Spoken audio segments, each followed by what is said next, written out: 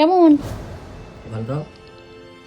আজ অফিস থেকে বাড়ি ফিরেই ঝটাফট ফ্রেশ হয়ে চলে এসেছি নিচে। শীতকাল পড়তে না পড়তে গুড়ের পায়েস খাবার ইচ্ছাটা যেন বেশি বেড়ে গেছে আমার। তাই আজ অফিস থেকে বাড়ি যাবার সময় ভেবেই রেখেছিলাম যে গুড়ের পায়েস বানাবো বাড়ি গিয়ে। আর যেমন ভাবা তেমন কাজ। আমি 1 লিটার দুধ নিয়েছি আর দুধটা বসিয়ে দিয়েছি হাঁড়িতে। আর এদিকে অল্প একটু ঘি নিয়ে গোবিন্দভোগ চালটা ভালো করে ভেজে নিয়েছি।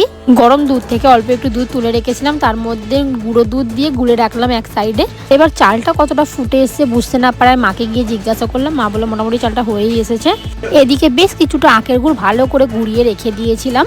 চালটা মোটামুটি ফুটে আসার পর একে একে গুঁড়ো দুধের গোলাটা আর এদিকে গুঁড়িয়ে রাখা আগে থেকে আখের গুড়টা দিয়ে ভালো করে নাড়াচাড়া করে বেশ কিছুক্ষণ পর আবার বাতাসাগুলো দিয়ে দিলাম।